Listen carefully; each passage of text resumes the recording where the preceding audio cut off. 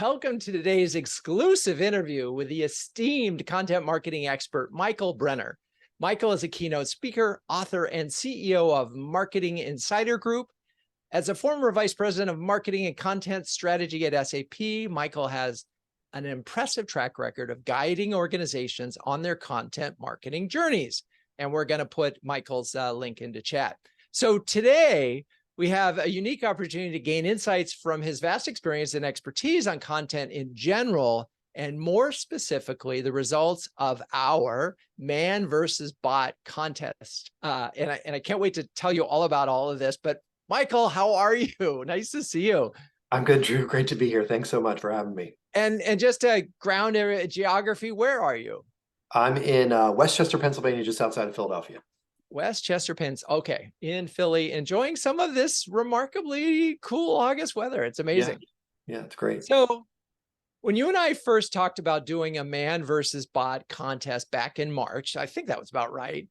We were kind of exploring uncharted territory. Can you just sort of give us a talk about the basic test design and why we ended up pivoting to 3 content author types from 2? Yeah.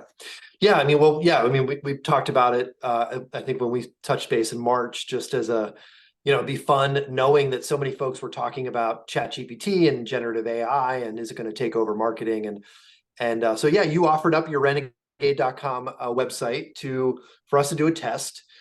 We decided that we would follow basically a standard process that we do for all of our clients, where we do keyword research, trying to understand the audience that comes to Renegade, the topics on the minds, the challenges of typical CMOs that I'm sure all of you would understand, and then we decided we were initially going to do 30 AI and 30 human articles, and then you brought up, I think, just a week or two in, that it's not a binary decision. Some folks are just trying to do a little bit of both, balancing utilizing ChatGPT, but then a human editor. So we created a hybrid category where our writers would spend about half the time that they normally spend sort of generating a human piece of content, and then allow AI to kind of take the other half. That was it. So we picked 60 different topics. 20 were human written, 20 were AI generated, and 20 were a mix of both. We started publishing in early May, and I think we did 6 a week through the beginning of August. I think August 3rd was our final date.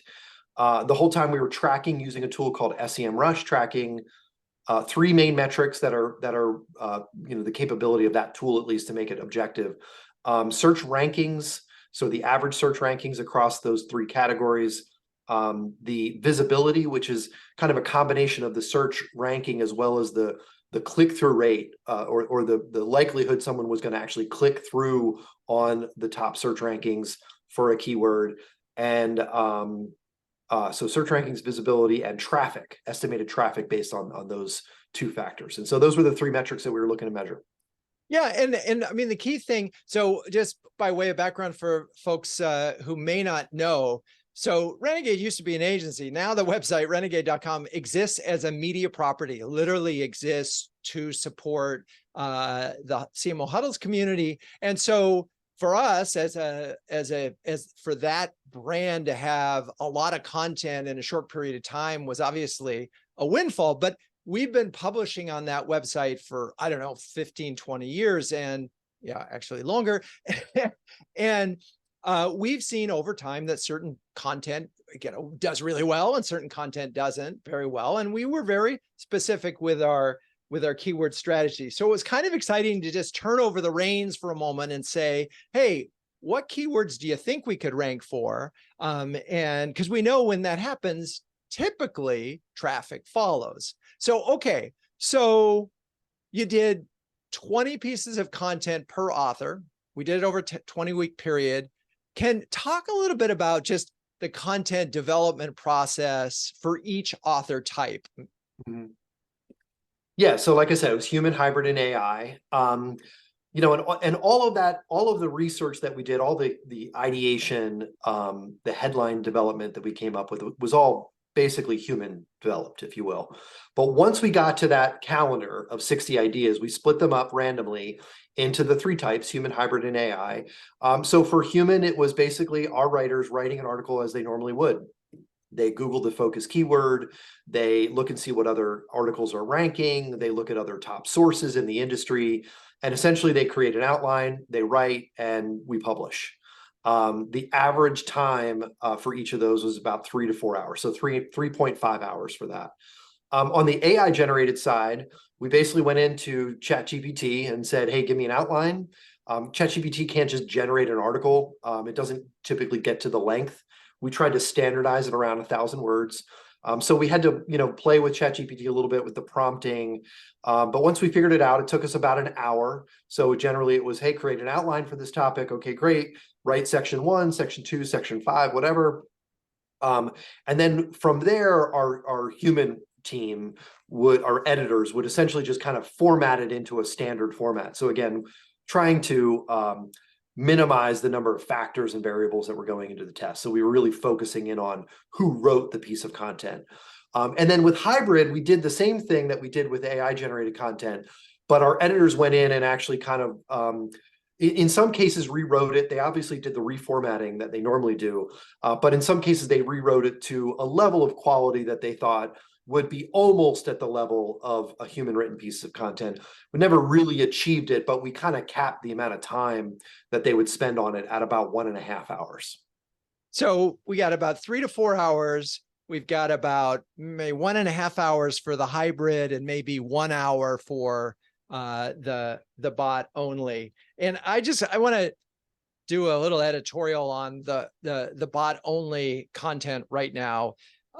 Like I've been talking about using it for newsletter creation, and the most recent time that I tried to do it, I have to say, I was so disappointed with what ChatGPT came up with. And the reason was the language was repetitive. And whenever they could use a more complicated word instead of a simple word, great example being use or utilize, they would always put utilize, which to me is always the sign of a bad writer. It's using longer words instead of being plain and clear. So I struggled with that. So I'm imagining in the hybrid mode, which is the way I look at it a lot, that your editors really, you could have kept going. I mean, if you don't put it, you're basically going to end up putting a couple hours easily into editing it, right? Okay. Yeah. What they were editing for in the hybrid model was basically factual correctness, relative completeness. So like if it was like 6 things that you needed to know, they wanted to make sure there were 6 things and those 6 things were relatively valid. So it was mostly a quality check. They weren't changing words like utilize to use. They weren't. Okay, they weren't. Okay. No. I mean, they didn't have the time to get to that point. It was mostly just, we wanted to, I mean, my name was on all of those pieces of content and it was on your website. We wanted to make sure it wasn't, bad or wrong. Right. And so that was the level that they brought it up to. One thing that you mentioned that each of these pieces is 1,000 words. And I know you're a big fan of longer content. And, literally for years, folks have been saying short attention spans, keep the copy short. Why is that 1,000-word threshold so important in your planning for programs? Yeah, we do a lot of research on this, and there's a lot of research out there. And there is a correlation causation sort of issue with this, but and what I mean by that is you can't say that 1,000 words or more will get you to rank better on Google search, but you can say, and we've proven that the content that is 1,000 words or more is more likely to rank. So the correlation is there. And, we all have to guess what Google's the reason for that, but I think it's pretty clear. Longer form, in-depth, more complete answers to a question are going to be more likely to be determined either by the search engines, which are placing things in the top, rankings. But a lot of those rankings are based on factors like other people linking and, the amount of engagement and things like that. So what it means in the end is that longer pieces of content just tend to rank better. Yeah, I suspect it's longer, it feels more thorough. If it's well done, it is more thorough. And that means that if somebody bothers to read it, because I remember old ad studies way back when people were running print ads. The funny thing was they always said short copy is better, but if you wrote a long copy, if they read the first paragraph, they'd read the whole thing. It was a high percentage. So maybe there's a certain sort of credibility that it gets assigned to longer ones or not. I just want to confirm that the choice of all the headlines, all 60 of them, just to be clear, were human written. And I think that's an important point to make in this test, right? That they were human written because that was the only way to, I guess, control the variables. It's probably faster than having, I don't know, but then you just randomly assigned it to all three categories, right? Yeah, and I want to be clear about this too. We have not found a tool, and we've tried, that can do headline development in a way that isn't so ridiculously boring and generic that we wouldn't, ever suggest it to a client. So we followed all of our standard human, we picked the focus keywords with our research. We use our writers and editors to come up with the headlines the way we normally do, all trying to get down to, defining that independent variable of the writing process. So if I sort of understand the process so far, and just to summarize, so we have keywords that we're trying to target, then we write the 60 headlines or so that embrace a certain number of those keywords, right? And they were spread around purposely. Then 20 pieces were written by the machines, 20 were written by humans, and then there was this hybrid version, just to sort of be clear. Okay. So we've already talked about metrics a little bit in terms of the average, the search, the visibility, and the traffic. And I wanted to sort of, let's jump in. I think it's time to sort of start to, drum roll, please. Let's get in some of the results and just start with site traffic. What happened there? Yeah. I mean, with site traffic, well, overall, I should say, and I'm not sure if you meant for me to give the answer to the question we're here to solve, which is which one won. But overall site traffic was up. Overall search, search visibility was up, and overall ranking was down, which means it improved. So overall, what we showed was that, publishing 60 articles across what was it, May, June, July, almost 3 months was net, total positive for Renegade.com. Now, do you want me to say who won on the traffic measure for each of the three different sort of, as we call them, tags, or in the platform they were tagged? Yeah, I think because it's so dramatic, it looks like a horse race. Maybe if you can pull that chart up, and we'll show, sure. And then for those folks that are just listening, we'll talk about what the chart says. But it's such a great visualization if we just look at the site traffic chart. Yeah, okay, you got it. Yeah. Dun, dun, dun. Okay, so look at this. So AI is blue. Yep. Human is green. Yeah. And hybrid is red. Yeah. And the higher the bar, the more the traffic. Is that right? That's right. So talk a little bit about it, the headlines here and what we think this set taught us. So I'm just going to go back. So again, overall, the site saw about a 5x increase in traffic from when we started. The first publish was in May 24th. The last was on August 3rd, which is represented by the black line there. But when we looked at which one of the author approaches drove traffic the most, you're right. It was a total horse race. We saw hybrid jumped out to number one. Human actually ended up, sort of matching it after about 3 weeks. And AI was basically flat at zero for almost 2 months of this test, May to June, six weeks of the test at least. And then you can see, there was some variability. Hybrid fell off; it fell down to zero a couple times.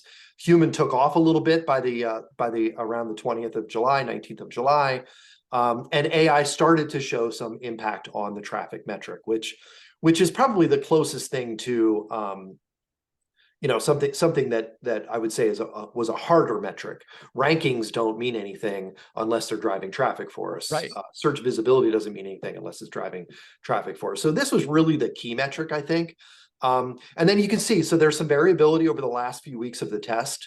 At the end, we sort of ended up with human, driving the most significant traffic, not only at the end of the test, but also over time, if we accumulated it. Hybrid was sort of right around the middle, and AI, the content we published on the site that was written by AI is now at this point producing zero traffic for you.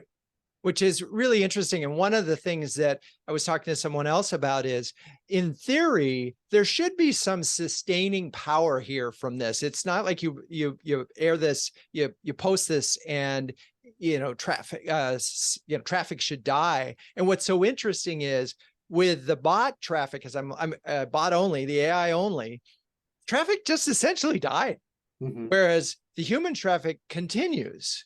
And I don't know if we can explain it other than, is there any way to try to infer anything from why is the human traffic, hybrid's hanging in there. Yeah. But if you look at it, and I could probably say that overall, you're looking at 2 or 3x performance from a traffic standpoint from human. Right. Yeah, I mean, there's a lot behind the data here. The headline for AI was it generated a #1 ranking on one of the pieces of content, but it also lost a ranking. One of the focus areas, one of the keywords that we had was a keyword that you did rank for, and then you lost it when we published an article on it. So it was kind of like a +1 -1 = 0. What we saw with human, and hybrid is sort of somewhere in the middle, what we saw with human was you actually gained 5 new rankings.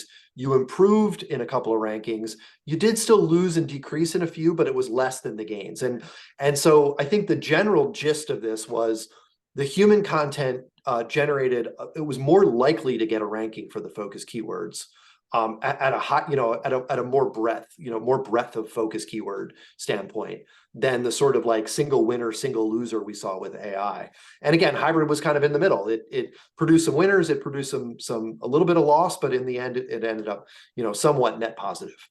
And I'm going to sort of hypostulate here, and you can sort of say, no, that's just flat out wrong. But when I look at content that is purely developed by ChatGPT, what I'm seeing is what I think we'll call sort of average consensus of what other people have already written about the topic. And at least with the human, there's an opportunity to bring something fresh, some formulation of words that hasn't been combined before that might create some insights in a different way. And so one is like, by definition, kind of generic. It says it's C, it's just average stuff. And in theory, unless the humans aren't good professional writers, the humans are going to outperform average. Do you think that's a reasonable conclusion here? Yeah, I mean, I think that's part of it. I think, sometimes I joke that, there isn't an original thought that, people can have at this point. But what's really interesting, and I'll give you a quick story. I was at an Adobe conference a couple of years ago, and Drew Brees was the keynote. And I don't want to go too deep into it, but he was talking, and everybody I looked around was on their phones. And he's like an interesting guy. And he was talking about, they were the facilitator was asking him questions that weren't very interesting, and he was answering them in a not very interesting way. And then they asked him a question about, how have you been since retiring? And he said something like, well, this year I turned 40. And as soon as he said that, everybody's head popped up from their phones. And I was just thinking about why was that the point where people were interested? Because a lot of people in the room had turned 40 and they, had faced the prospect of getting old and how to answer how does it feel to get old? And it was like, and all of a sudden it went from being, sort of standard, sort of, celebrity discussion to something that everybody could relate to. And I think that's true with content. Google talks about double EAT, which is experience, expertise, authority, and trust. A bot doesn't have any of those things. It can't convey any of those things. And even when it can be smart to give you a nice list of 6 time-saving tips for CMOs, it's different when it says, I've been a CMO, and it's really hard when you're stressed and your calendar's booked. How do you find the times to do the right things? Well, these are the tips I found, and ChatGPT can't say that. So let's go off of sharing for a second. Lots of questions now. One is, if you're one of the CMOs really wants to know do we have a hypothesis on why we lost rank in some cases? And I'm interested in your thoughts. I have a thought, but I'm interested in why when you create a bunch of content around one keyword, you might put other keywords at risk. Yeah, well, I think it's important to understand what we're not saying is that the AI content caused the drop in ranking. And I think we need to be really clear about that, because we wanted to make this an objective test and as unbiased as possible. And that's the truth of it. The fact is, every website is gaining and losing rankings all the time. And more so since the Google Helpful Content update in December of last year, and the algorithm updates since.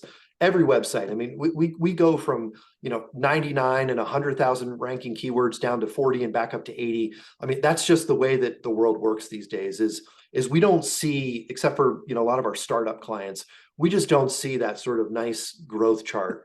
Or when we do, it's because you gain 2 and lose 1. Right. And so that's what I think was happening. Again, the pieces of content where you lost ranking weren't bad pieces of content. It just meant that in the process of Google trying to figure out what should be a ranking piece of content, you ended up losing one. There was also, I think, Renegade.com has seen some small decline in rankings in the last 3 years since you shifted your business model. And so, and that happens on websites all the time. So I don't think that again, I want to be clear. I don't think that AI content drove the loss. We saw losses for AI hybrid and human content. It just so happened that the human content was more likely to generate more, an increased or a new ranking than the AI and the hybrid. Okay. We have more questions from the audience.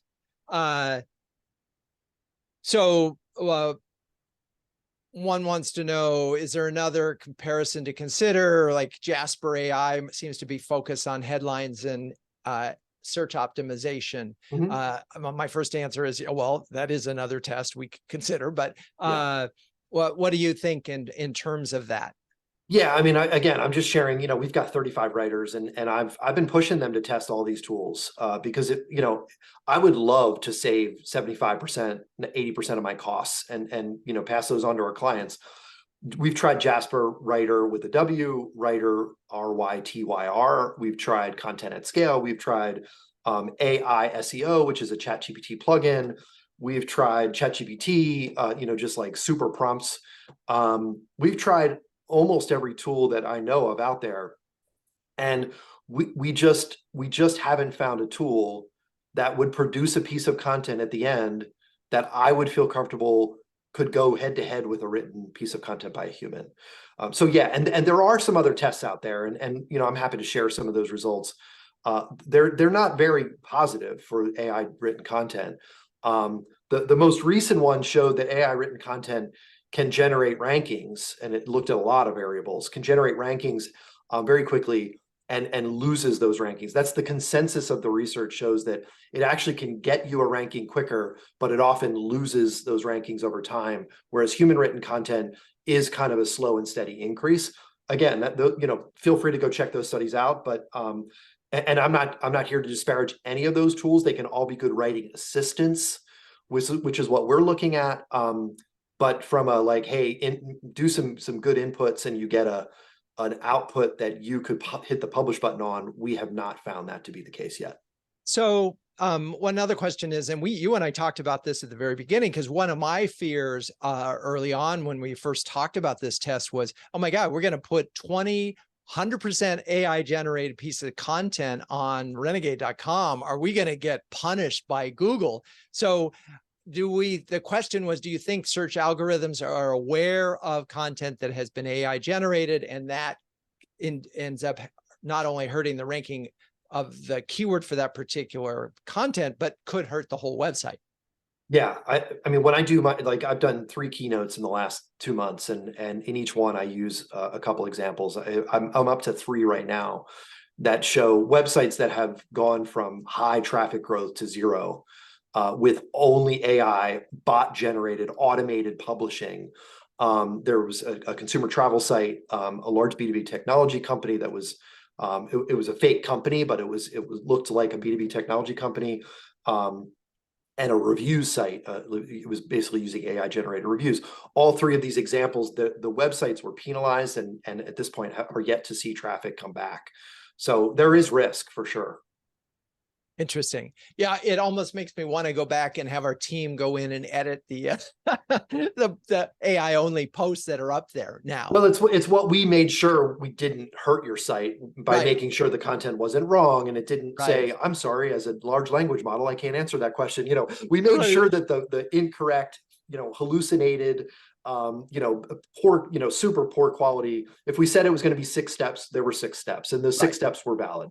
Right. So in this test, we didn't really look at any AI content detection tools. That was not what we were doing. So, okay. All right. Well, I want to share one thing because this is kind of fun. Because there was one post that did better than all the rest. And I just want to share that if I can. And I'm going to read the headline. And there's a poll after, I think after a couple of minutes, we'll put up a poll. So the headline, which is time management for CMOs, 6 tips to maximize productivity.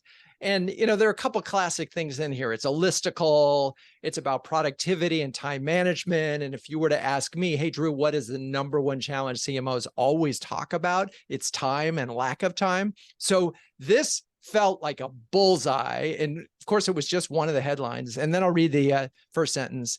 As a chief marketing officer, your role is a critical one that often requires you to juggle multiple responsibilities simultaneously. From overseeing campaigns to managing teams, attending meetings, and handling day-to-day operations, the list of tasks you're responsible for can be endless. With so much on your plate, managing your time effectively is essential to ensure you're able to achieve your goals while maintaining your sanity. All right, I'm going to stop sharing, and I'm going to hope that our team can generate the poll that we programmed in there. Let's see. Can we do? Yes, there it is. All right. So your job, guess, how was this post created? Human only, hybrid, or bot only? And the votes are coming in quickly. Look at that. All right, cool. Oh, okay. Nobody thinks it's a human only one. How about that? All right, we've got, I think we've got 16 out of 20 votes, and it's a tie between hybrid, 50%, and bot only. But clearly, and I'm really dying to know what triggered people, why folks thought this was a bot only content or bot created in one way or another. But anyway, so not to drag this one on, but this was in fact bot only, right? Yep.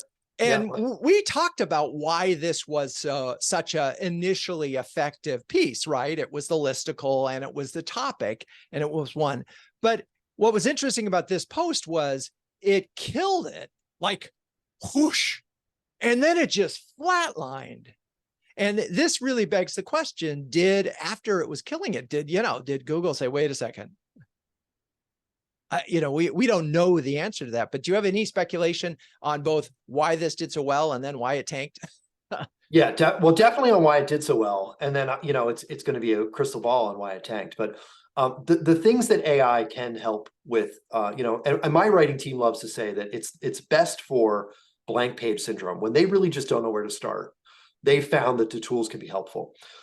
So the things are, is it an evergreen post? Is it something that, is relevant, over time, not like, newsworthy and recent, and a list post.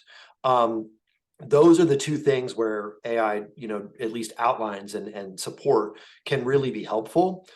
If it needs an opinion, obviously it can't help. If it's recent, ChatGPT only goes to 2021. So, so obviously those things are out. So that's why I think it did well. It's a list post. The ChatGPT did a good job of identifying the right 6 things. But, and then why did it tank? Again, if it was Michael Brenner or Drew sharing our reasons, our experience, the things that we found help CMOs to save time, maybe a little story, maybe an example or a case study, or, those kinds of things would have certainly helped it, I think, to have a little bit more staying power. Yeah, I'm just, as we're talking, I'm definitely rewriting this piece. Well, because you've talked to more CMOs than anyone in the world, probably. Well, not So quite. you There's can two other share the people who've talked to experience. more, but we've done time management for CMOs 2 or 3 times in bonus huddles. So it is an important topic, and we talk all the time about how, ways to find time to free up time for strategic thinking. Okay, so obviously the power of a compelling headline, we got that. One of the things that is while overall human content outperformed hybrid content, it is important to say, did it outperform it 2-1? And the reason is that, hybrid is about half the time. So, was human clearly the winner, or is the future hybrid? Yeah, well, I mean, I think, we're already in a hybrid world, like Google Gmail finishes my sentences, and so I think that the cat's out of the bag, and I don't think we're ever going back to, writers who aren't utilizing the tools that are available. The 2-1 bar, I think, is a little bit misleading, and I know we talked about this in the prep for the show. Is it was 2-1 only in the writing portion. And I think we have to keep in mind, we still had humans doing the keyword research, the headline development, even pushing the article live, those kinds of things. When you add it all up, it was an hour or two different, but, of an overall process that was a little bit longer. But yeah, I mean, I do think hybrid is the future. And like I said, we're constantly testing the limits of can we save it? Save time, and can we replace human writers with AI? I don't think we're there yet. I don't know if you want to go down the road, or are we ever going to get there? I'll leave you to kind of answer that. But I keep coming back to my team saying, can we do 2 posts in the same time it used to take us to do 1? And we are not there yet. And because if we were, I could save time. If it was anything less than 2-1, I can actually start saving money or passing savings on to our clients. So we're not there yet. And then again, I'll defer to you on whether we want to prognosticate on the future. Well, since we're talking about that, I mean, I'm surprised that your team can't get a 2-1 advantage on that, but I get it. But I think a more interesting thing that you'd said a second ago was that we're already in a hybrid world. I mean, I'm sure most of you have Grammarly sitting on top of that, if not any other tools that are checking your spelling, that are checking your grammar. And a lot of times I find myself taking those suggestions if I forgot my not only, but also, or whatever it was, some sort of good classic English language structure. And then, of course, I find myself rejecting it because I wanted the stylistic difference from what is classic language. So it's hard. We're already using the notion of 100% human made, or what I like to call #human made, is going to really be hard to sort of, stick by, right? I mean, we're there. Yeah, I mean, we use Copyscape and Originality.ai reviews on every piece of content our writers are creating to make sure that they're not plagiarizing and using pure, copy paste from AI tools. The reason is because the quality just, again, why can't we get to 2-1? It's not that we can't get to 2-1. This test showed that we can, but you want to go back and rewrite the 7 6 tips to time management because it's not an article you feel great having your name on. And we talked about this. Our clients refer to it as high stakes content. When Michael Brenner publishes an article on Marketing Insider Group, I don't want it to be from a bot. I'm worried about, when somebody's making a $50,000 annual decision on a content program, I want them to not feel like they're getting content from a bot. Like, I want them to know that it's coming from me. So in the high stakes world that we're in, especially in B2B, I don't think we're ever going to get there. But yeah, we use those tools. We use Grammarly. We use all those things. First, I want to make sure that it was Copyscape, which is for what? And what was the other one? Copyscape is a plagiarism check. Okay. We make sure that every piece of content has a 90% not plagiarized score. Again, nothing. There is no piece of original content out there. I don't think I've ever seen 100% actually on any of. Amazing. We do 60 articles a week across our client base. And then we use Originality.ai. We're always looking for tools here, and they're not always perfect, but we're actually looking for AI detection to make sure that our writers aren't getting lazy and trying to pass off something that wasn't Okay. heavily Right. edited by So them. there, I think that answers one of the questions, originality.ai. Okay. High stakes content. It seems to me that any content that a brand puts on its website potentially is high stakes content, but I get the difference, say, between a throwaway post on, a social channel. But even then, I would argue that, if every bit impacts the brand. But talk about the high stakes content notion a little bit more. Yeah, it's just that, I mean, the content we're writing, a lot of our clients are SaaS, B2B SaaS founders, they're technology company founders.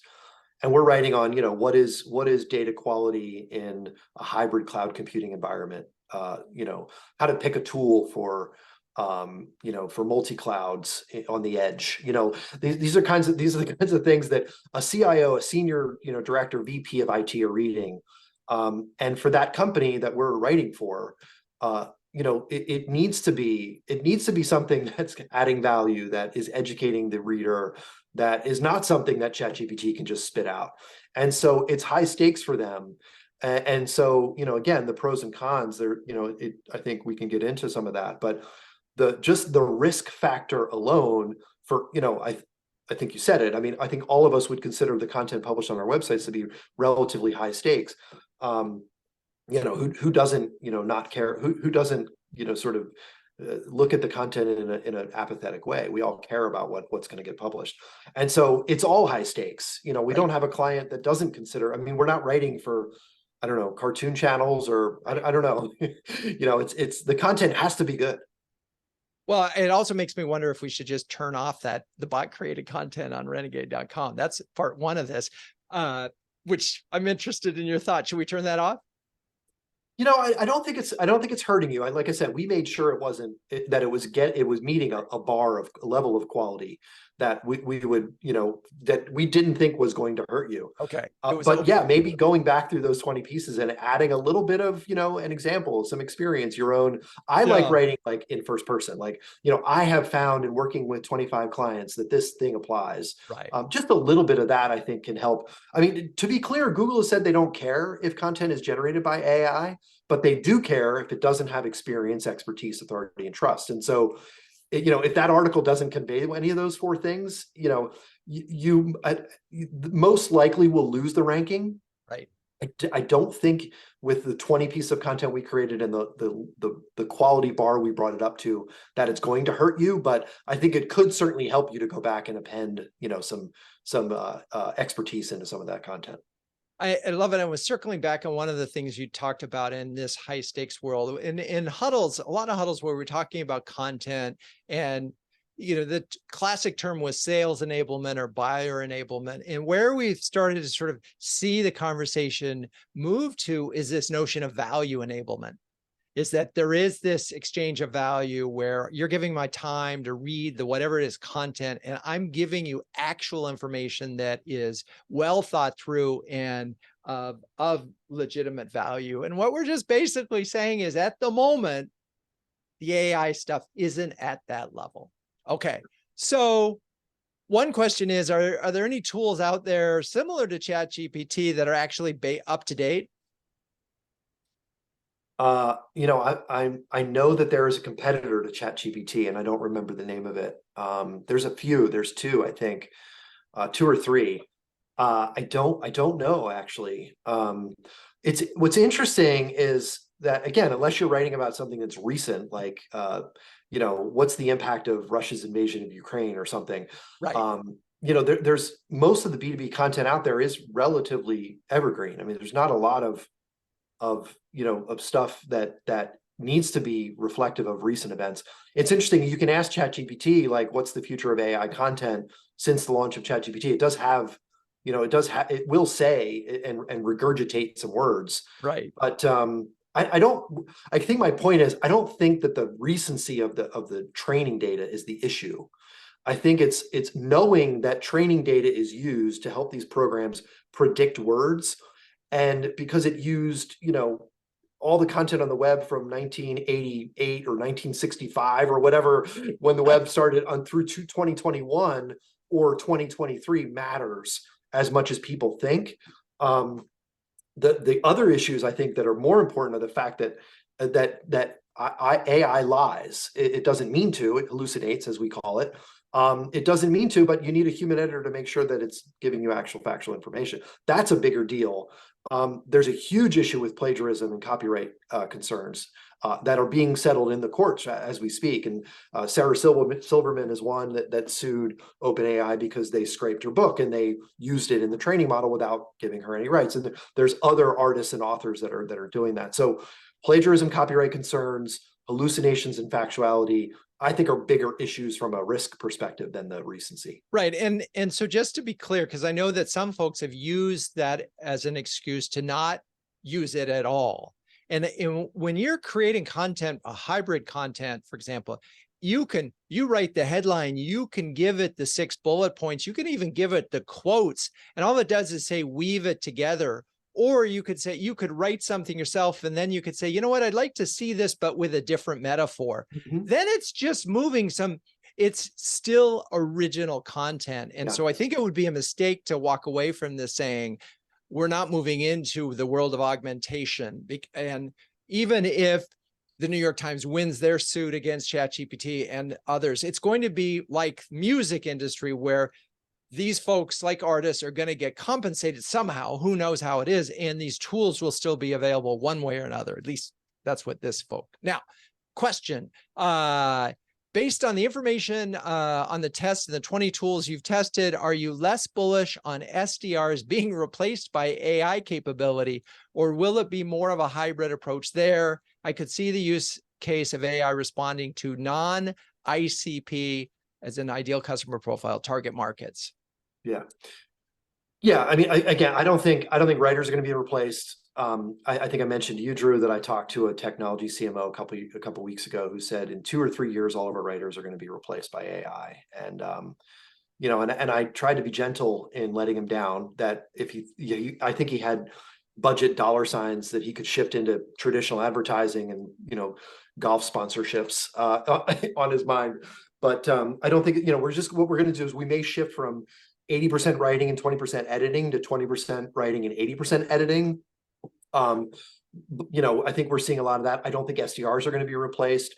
Julie Wright from SAP, I think it's her name, the SAP CMO, they did a great test where they came out and said that conversation agents on their website increased conversion by like 38%. But I think it's hilarious. It also told people to go check out products that SAP didn't sell. So, we have to that's just being generous. They're adding value. Come on. So I do think that those are some areas that are, SDRs are too important. Writers are too important. AEs are too important. Social media agencies, I think, we're still gonna need people to push the buttons, but, AI is really pretty good at doing social copy, headline development, repurposing existing stuff. ICPs like personas, and my friend Andy Crestodina, who I know he did a great article on how to use ChatGPT to create a really in-depth customer profile. And so we're seeing, and there's a lot of technology in that space as well. But again, like the thing that touches the customer, I don't think we're going to see AI replacing that. And I talk about, actually, Drew, the first time I said this was in front of you at a Forrester roundtable in Washington, D.C. The paradox of AI is the more automation we use, the more human touches are going to be required. And so we're going to see this healthy balance where we're going to be using automation and AI. We're also going to need to make sure that we're being human and we're touching our potential customers and employees with actual people. We have a question about copyright. And it's interesting because for all the years of the content that we've created, so many different research studies when Renegade was an agency. And really, I didn't think about copyright protection as anything necessarily important unless it was like a book. Is this a factor in your mind? I mean, how important is it to your clients that the blog post, 1,000-word blog post, be copyright protected? So the problem is, and again, this is more of an agency client-ish situation, not like if a client's using ChatGPT, it may not be as much of an issue.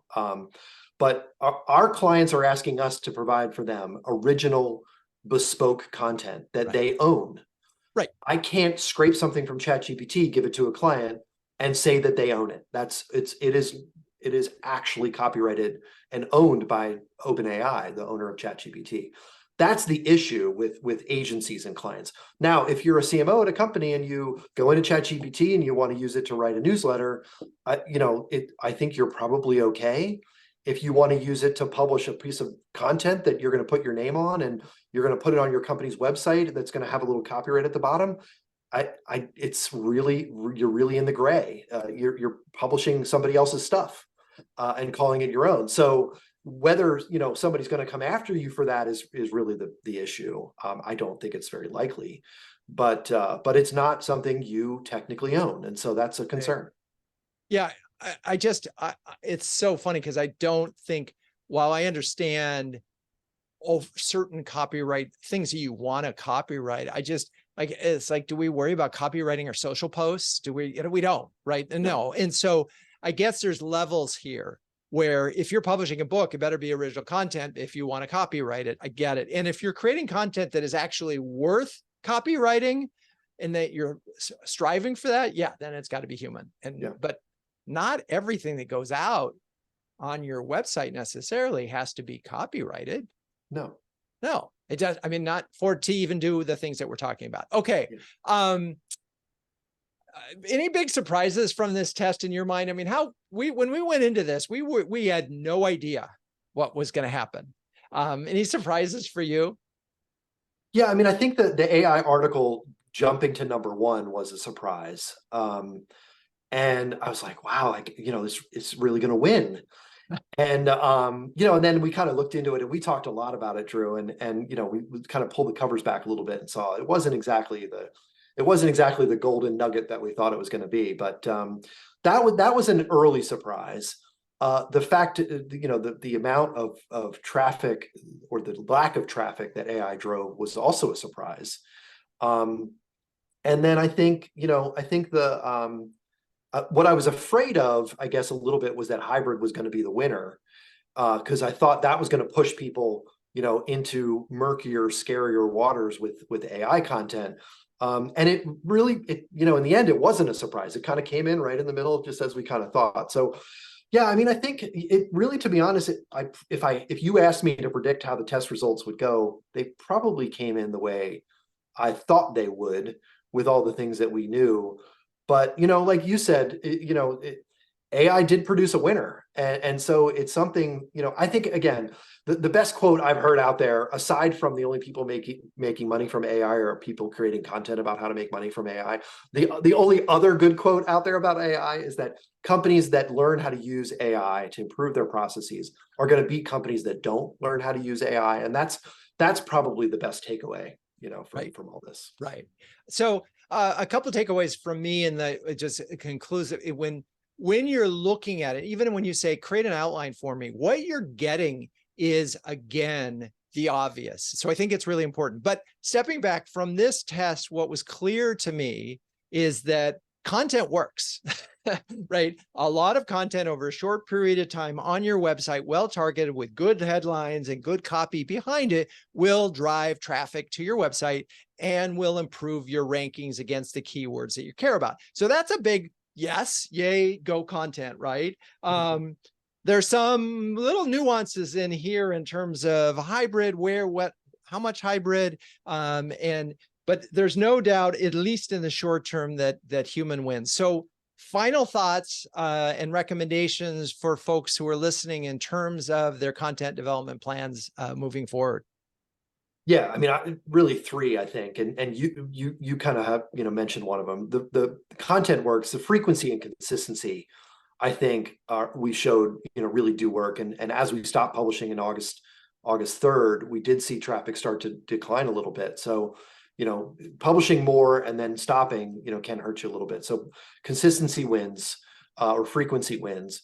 The second thing is that we I think spent a lot of time with all of our clients, and we did with you as well, to really understand what the audience was interested in, where we thought your website could rank. Picking topics is still an art more than a science, that I think has to still be human driven. We have not found any tools that can come close to finding the sweet spots and the opportunity gaps for companies. The third thing we didn't really talk about, but we alluded to is this whole concept of authorship. Now, all of the content that was published had my name on it, but we have heard from Google, and we knew over time, Google is saying that, the fact that Michael Brenner has written 3,000 articles about content marketing or marketing strategy or marketing, digital marketing trends matters when I go to write another piece of content. And so, I've been talking to a lot of CMOs about what I call employee activation. Find the thought leaders and the experts in your organization and help them build up the content they create and the content they share. It's more effective than when it comes from the brand. Your own employees have more connections than your brand does. They have the expertise and authority and trust that I think audiences are looking for. And so that would be my final thought, is that, all of the content we published on your site had my name on it. That I think was a factor. And if we had admin or by Renegade staff or something, I think it may have been, slightly different results. Interesting. Well, I hope that those that are listening right now and those that listen to this later get inspired by a couple of things. There was some fear because Google traffic is down because of OpenAI, and that content marketing would be really face a massive decline as well. And I think we've shown that content still works, and it can work effectively. I think that this hybrid world is a area where it's, how much is too much? When are you going to get into this copy? When is hybrid copyrightable? When isn't? And so forth. And I don't know if we know the answers to any of that. But anyway, Michael, I really enjoyed this test, spending time with you, getting to know you and your organization. Last question, how can people find you and or engage with you? Yeah, please. I would love it if you shared out the LinkedIn profile, if people would be willing to connect. And if you have any specific questions for me and you want to reach out, please do so through there. Marketinginsidergroup.com is where we publish our content, not bot driven, not bot created. But if you want to subscribe or check us out over there, that'd be great too. Awesome. All right. Well, thank you, Michael. And thank you to all the huddlers.